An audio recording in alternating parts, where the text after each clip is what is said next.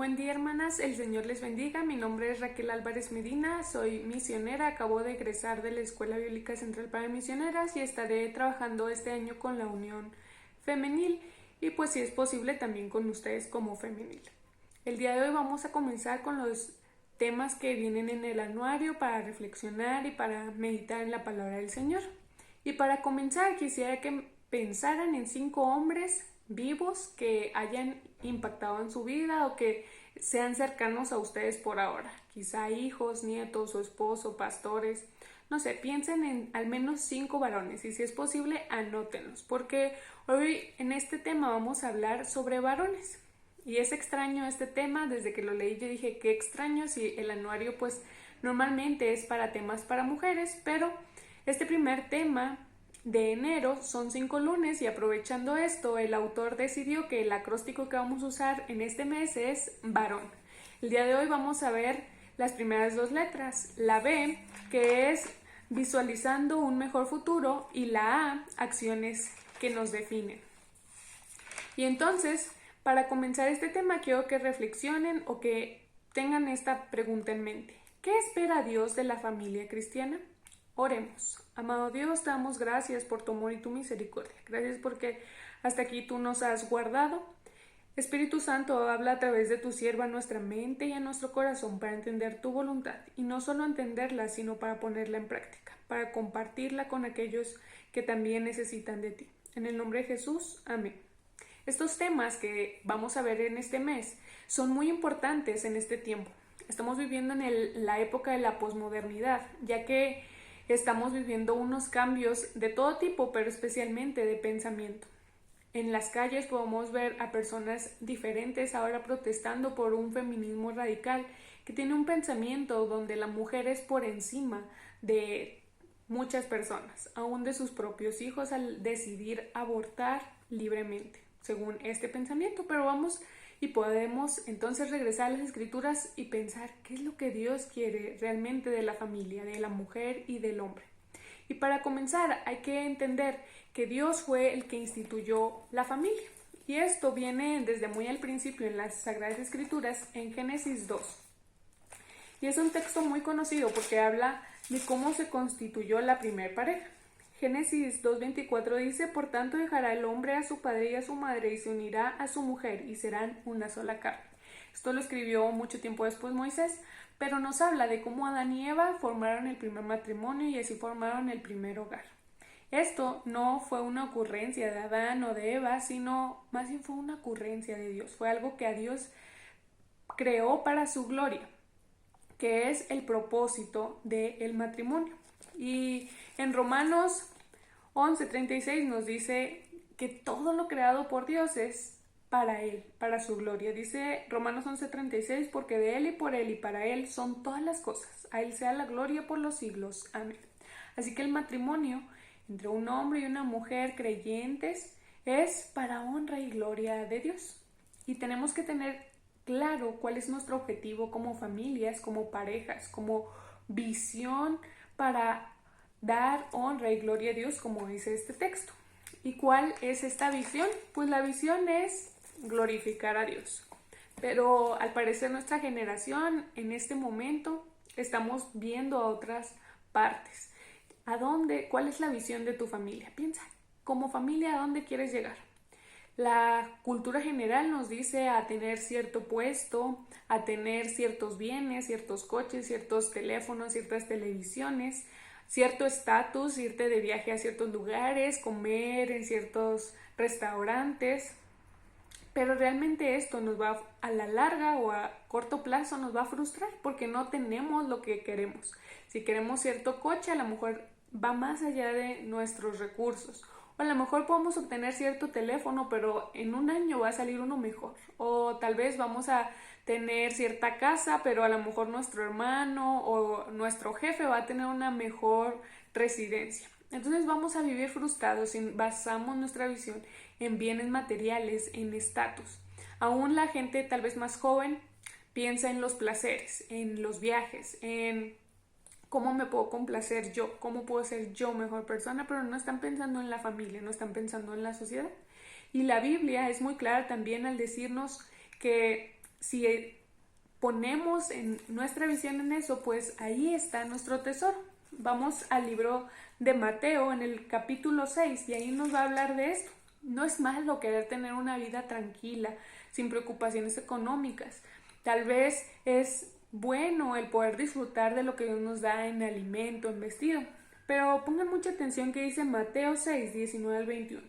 No os hagáis tesoros en la tierra, donde la polilla y el orín corrompen, y donde ladrones minan y hurtan, sino haceos tesoros en el cielo, donde ni la polilla ni el orín corrompen, y donde ladrones no minan ni hurtan, porque donde esté vuestro tesoro, ahí estará también vuestro corazón. Y si nuestro tesoro más grande es conseguir cierto coche, cierto estatus, pues ahí vamos a ir. Y ahí vamos a poner nuestros esfuerzos, nuestro dinero, nuestro amor, y nuestra familia va a ir con nosotros a donde nosotros la llevemos. Pero también debemos de entender que eso no es la voluntad de Dios. La voluntad de Dios no es que nos llenemos de bienes, de zapatos, de ropa. La voluntad de Dios es glorificar a Dios. Y glorificar a Dios es darle el peso, darle la prioridad adecuada. Y esto también nos lo recuerda en Mateo 6. El verso 25 nos dice: por tanto os digo, no os afanéis por vuestra vida, qué habéis de comer o qué habéis de beber, ni por vuestro cuerpo, qué habéis de vestir. ¿No es la vida más que el alimento y el cuerpo más que el vestido? Y entonces en el versículo 33, que me encanta, nos va a decir cuál debe ser nuestra visión, no solo como personas, sino como familia. Y dice: mas buscad primeramente el reino de Dios y su justicia, y todas estas cosas os serán añadidas. Es decir, Dios nos está prometiendo que si lo buscamos a Él como prioridad en nuestra vida y en nuestra familia, no nos va a faltar comida, no nos va a faltar techo y no nos va a faltar vestido, que es lo más básico. Ya lo demás, pues, viene por añadidura y no es tan necesario, porque como dice, eso se va a acabar, pero lo eterno va a durar más allá de eso. Entonces, la primera parte, que es visualizando un mejor futuro, es ¿qué estamos haciendo con nuestra familia? ¿A dónde vamos? ¿Cuál es nuestra visión? Y nuestra visión debería de ser Dios, glorificar a Dios en todo lo que somos y en todo lo que hacemos. Nuestra familia, ¿cómo está siendo liderada? ¿La estamos llevando a ser materialistas, a obtener, o a tener cierto estatus, a que nos vean como los mejores portados o los que más viajamos? ¿O en glorificar a Dios? Dice este texto, y no debemos olvidar la segunda parte, no solo su reino, sino su justicia. ¿Qué estamos haciendo con los pobres, con los huérfanos, con las viudas? ¿Estamos ayudando a nuestra comunidad o solo estamos viendo por nuestros intereses? Entonces, pensemos cuál es nuestra visión. Claro que como cristianos debe ser esta. Si sabemos que nuestro objetivo es glorificar a Dios, ¿cómo vamos a llegar a Él? Y por eso el siguiente tema se llama acciones que nos definen.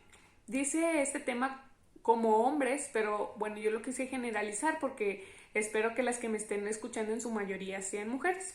Y entonces, ¿qué acciones nos definen? Pues el liderazgo. Como cristianos somos líderes, pero especialmente el varón en el hogar.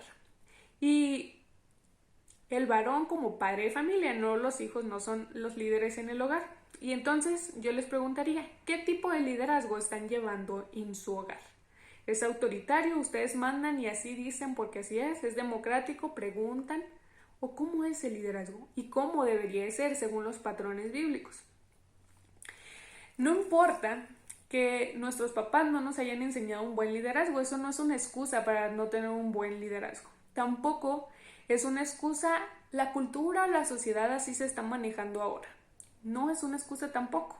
A veces también decimos, es que yo no soy tan cariñoso o amoroso. Es más, no soy naturalmente cariñoso. Tampoco importa. La Biblia nos dice que nosotros como cristianos ya somos libres para hacer y especialmente para amar. La Biblia nos va a poner un estándar muy alto de cómo debe ser nuestro liderazgo, no solo en lo profesional o en la iglesia, sino especialmente en nuestro hogar. Y este se encuentra en Filipenses 2. Pero lo voy a leer en la versión NBI porque me encanta especialmente el versículo 5. Es un pasaje muy conocido. Filipenses 2. Y este es nuestro estándar de cómo deberemos de guiar a nuestros hijos, a nuestros nietos en la vida. Dice Filipenses 2, el 5 dice, la actitud de ustedes debe ser como la de Cristo Jesús. Y continuando dice, quien siendo por naturaleza Dios no consideró el ser igual a Dios como algo a que aferrarse. Por el contrario, se rebajó voluntariamente, tomando la naturaleza de siervo y haciéndose semejante a los seres humanos. Y al manifestarse como hombre, se humilló a sí mismo y se hizo obediente hasta la muerte y muerte de cruz. Por eso Dios lo exaltó hasta lo sumo y le otorgó el nombre que está sobre todo nombre, para que ante el nombre de Jesús se doble toda rodilla en el cielo y en la tierra y debajo de la tierra, y toda lengua confiese que Jesucristo es el Señor, para gloria de Dios Padre. Y aquí en este último versículo vemos la clave. Nuestra visión, nuestro objetivo es glorificar a Dios. ¿Cómo lo vamos a hacer? Como lo hizo Jesús, porque aquí dice en el versículo 11, Jesús es el Señor, para gloria de Dios Padre. Y entonces como Jesús, así nosotros debemos de actuar. Y les decía, en el versículo 5 nos dice, la actitud de ustedes debe ser como la de Cristo Jesús. Esto es súper difícil, porque nosotros tenemos actitudes erróneas. Pensamos que solo con hacer las cosas bien es suficiente, pero aquí nos dice que va más allá. Tenemos que hacerlo con gusto, como para Dios, tenemos que hacerlo con humildad. Y esto nos dice que entonces nuestro liderazgo no va a ser autoritario y decir aquí se hace mi voluntad porque yo quiero, sino lo vamos a hacer amorosamente, así como Dios, como Jesús lo hizo, con tanta humildad, con tanto amor hacia la humanidad. Y lo hizo con una actitud de siervo, a pesar de que Él era Dios y que Él se merecía toda la honra y toda la gloria. ¿Cómo Él se llevaba con sus discípulos? Sabiamente Él los instruía, los acompañó en cada paso en estos 3 años que estuvo con ellos. No solo los mandó y les dijo, ustedes hagan esto, ustedes hagan lo otro, sino que estaba con ellos paso a pasito esos 3 años, y aun cuando se fue les prometió un consolador y les dijo, todo lo que no entendieron, Él se los va a explicar y Él va a estar con ustedes. Así nosotros como padres y madres de familia, nosotros debemos de estar constantemente con nuestros hijos, acompañándolos, eso es lo más importante, pero también guiándolos, animándolos, motivándolos en su vida espiritual, porque sí los motivamos en la escuela, en los deportes, en los lenguajes, pero ¿y de su vida espiritual? ¿Qué estamos haciendo con la vida espiritual de nuestros hijos y de nuestros nietos también? También, pues a veces es necesario corregir y disciplinar, pero especialmente Jesús nos mostró su ejemplo y en estos versículos lo muestra perfectamente, amando. ¿Cómo lo hizo Él? Amó de la mayor forma posible, dando su vida por nosotros como pecadores. ¿Nosotros cómo estamos amando a nuestros esposos, a nuestros hijos? Déjenme les recomiendo 5 lenguajes del amor de Chapman. 5 formas en que podamos amar. Ustedes pueden leer este libro y se darán cuenta cuál es la forma que a ustedes más les gusta, pero también cómo ustedes pueden amar a otros.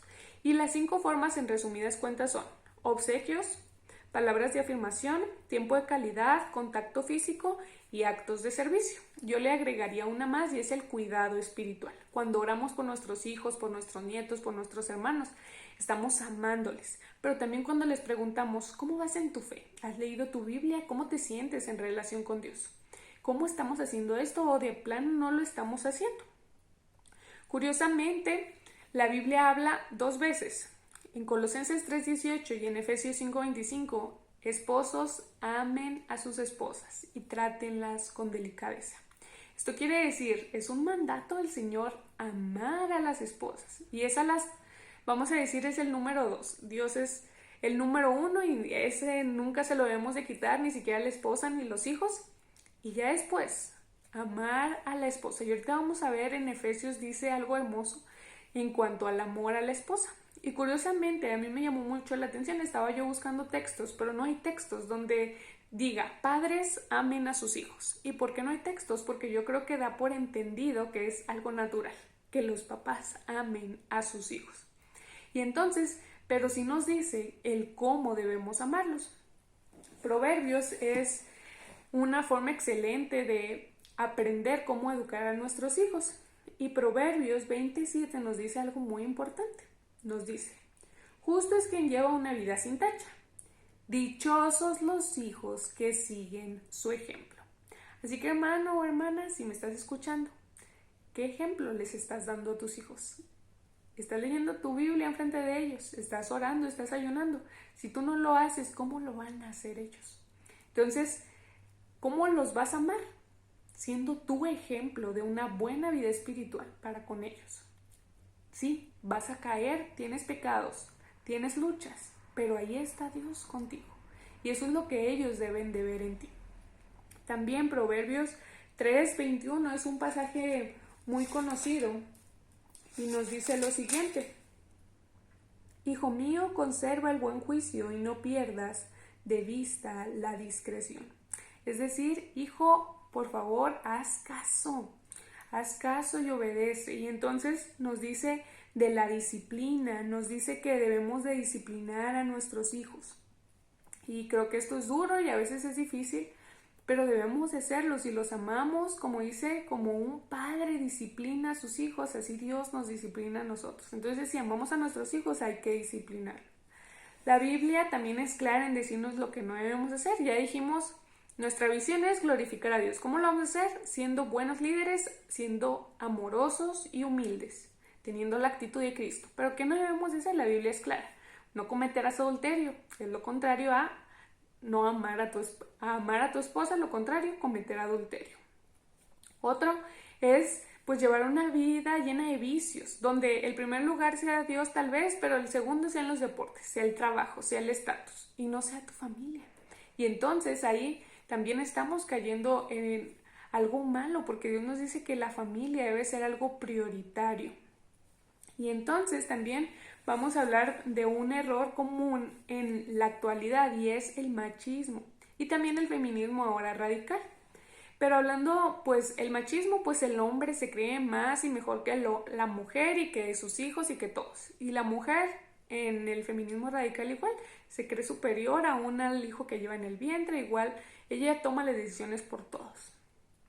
Pero en cuanto al machismo, que es algo que hay que estar meditando porque tal vez es algo que está más arraigado, es que son autoritarios, que los hombres dicen aquí yo mando porque yo soy el hombre de la casa. Y Jesús nunca hizo eso. A veces los hombres lastiman sin querer y están diciendo es que yo soy la autoridad, yo soy el líder. Jesús no hizo eso. A veces hacemos diferencias. Los hombres no deben de lavar la ropa o no deben de lavar los trastes. Los hombres no lloran. Jesús es nuestro ejemplo. Jesús lloró, Jesús lavó pies, que era una de las cosas que hacían los sirvientes. No debemos de hacer distinción en quehaceres del hogar en cuanto a hombre y mujer. Los dos podemos hacerlo. Hay que enseñar a los hijos, tanto varones como mujeres, a hacerlo. Nuestro modelo es Jesús, vuelvo a repetir. Y vamos a ir para terminar en Efesios 5, como Jesús nos está mostrando cómo debemos amar. Efesios 5 nos dice de la siguiente manera en los versos 28 y 29. Dice, asimismo el esposo debe amar a su esposa como a su propio cuerpo. El que ama a su esposa se ama a sí mismo, pues nadie ha odiado jamás a su propio cuerpo, al contrario, lo alimenta y lo cuida, así como Cristo hace con la iglesia. Y esto es un reto muy grande para los varones. Como Cristo nos amó, es decir, murió por nosotros, así los esposos deben amar a sus esposas, pero también las esposas a sus esposos y ambos a sus hijos. Y entonces, para concluir, tenemos que entender lo primero. El matrimonio y la familia es una institución creada por Dios para su gloria. Si no entendemos esto, no vamos a tener un objetivo, no vamos a saber ni por qué o para qué nos casamos. Entendiendo esto es que nuestra visión, nuestro objetivo es darle gloria a Dios y esto es poner a Dios por encima de todo, de lo material, aún de lo escolar y de todo de los estatus. Y les quiero preguntar, ¿quién es el centro en tu familia? Y tal vez ahí hay una prioridad escondida, a lo mejor es el placer, a lo mejor es el egoísmo de cada uno, el prestigio. Medita, piensa.